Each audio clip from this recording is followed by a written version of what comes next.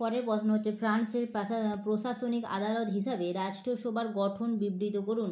কি বলছে? ফ্রান্সের প্রশাসনিক আদালত হিসাবে রাষ্ট্রীয় সভার গঠন বিবৃতি করুন। উত্তর লেখো। প্রশাসনিক আদালতগুলি ছিল ফরাসি বিচার ব্যবস্থার এক অভিনব বৈশিষ্ট্য। পূর্ণচ্ছেদ।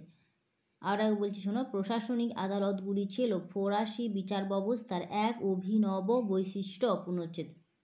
নেপোলিয়ানের সময়কালে এগুলি মূলত পরামর্শদানকারী সংস্থা হিসাবেই পরিচিত ছিল। কি বলছে না? নেপোলিয়ানের সময়কালে এগুলি মূলত পরামর্শদানকারী সংস্থা হিসাবেই পরিচিত ছিল। পূর্ণচ্ছেদ। বর্তমানে ফ্রান্সে 23টি প্রশাসনিক আদালত রয়েছে। পূর্ণচ্ছেদ।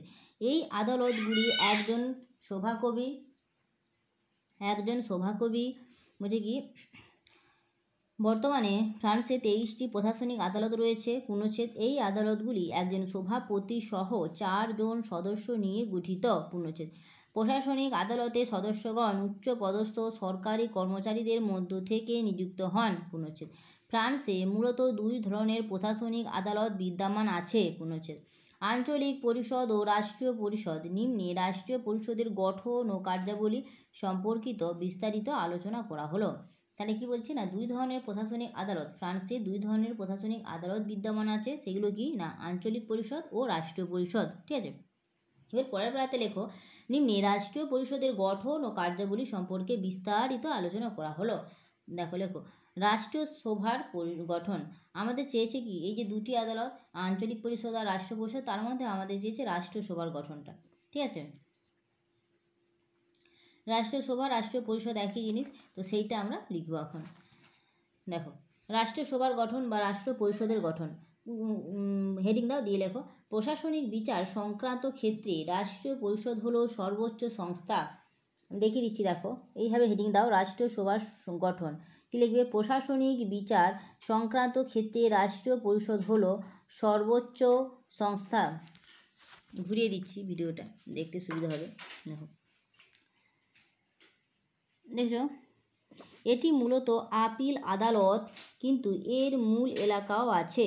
মন্ত্রিসভার পরামর্শ অনুযায়ী 150 জন সদস্য নিয়ে রাষ্ট্রীয় পরিষদ গঠিত হয়। কতজন? 150 জন।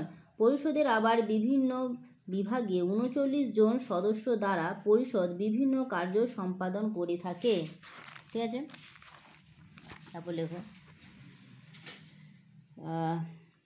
প্রশাসনিক বিচার সংক্রান্ত বিষয়ের ক্ষেত্রে রাষ্ট্রীয় পরিষদের সিদ্ধান্তই চূড়ান্ত বলে পরিগণিত হয়। ঠিক আছে। এবার লিখবো কার্যাবলী। কার্যাবলী দিয়ে হেডিং দাও এইভাবে।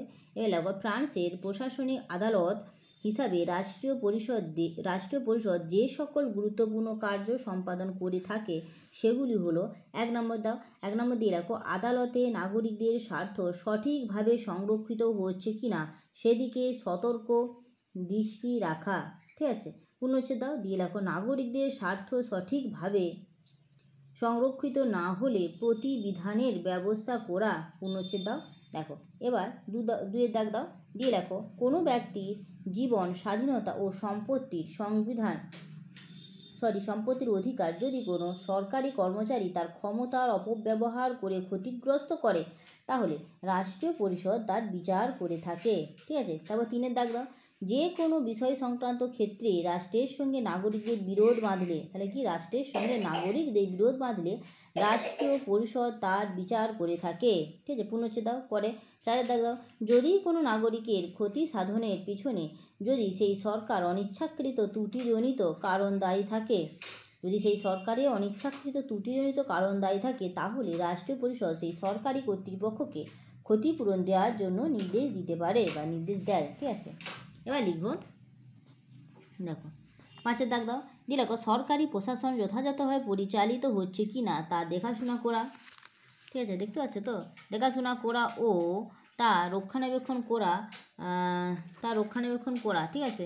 তা রাষ্ট্রীয় পরিষদের অন্যতম গুরুত্বপূর্ণ কাজ। পূর্ণচ্ছেদ। ঠিক আছে। তারপর 6-এর দাগ দাও, দেখো, পার্লামেন্টের আওতার বাইরের কোনো বিষয় সংক্রান্ত ক্ষেত্রে আইন প্রণয়নের ব্যাপারে রাষ্ট্রীয় পরিষদ সরকারকে সাহায্য করতে পারে।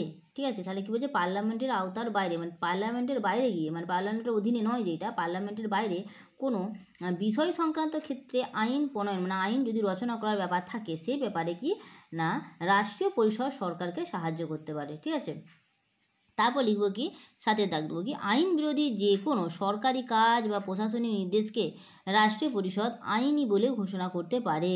তারপর দাও সাতের দাগ দাও, 7 হলো। 8এর দাগ দাও, যে কোনো আপিল সংক্রান্ত মামলার বিচার করা রাষ্ট্রীয় পরিষদের প্রধান কাজ। যে কোনো আপিল সংক্রান্ত মামলার বিচার করা রাষ্ট্রীয় পরিষদের প্রধান কাজ। এরপর উপসংহারে চলে যাব, মানে পরে প্রা দিয়ে রাখো। রাষ্ট্রীয় পরিষদের উপরিউক্ত ভূমিকাগুলি পর্যালোচনা করে পরিশেষে বলা যায় যে ফরাসি নাগরিকদের অধিকার রক্ষার্থে রাষ্ট্রীয় পরিষদ খুব গুরুত্বপূর্ণ ভূমিকা পালন করে। ফ্রান্সের এই পরিষদের কাজই হলো নাগরিকদের অধিকার রক্ষা করা। হয়ে গেল। এবার দেখো পরের প্রশ্ন এটা থাকবে, গ্রেট ব্রিটেন ও মার্কিন যুক্তরাষ্ট্রের রাজনৈতিক দলাবস্থার একটি তুলনামূলক আলোচনা। ঠিক আছে, তো নেক্সট প্রশ্নের জন্য ওয়াচ করতে থাকো। ওকে, চলো।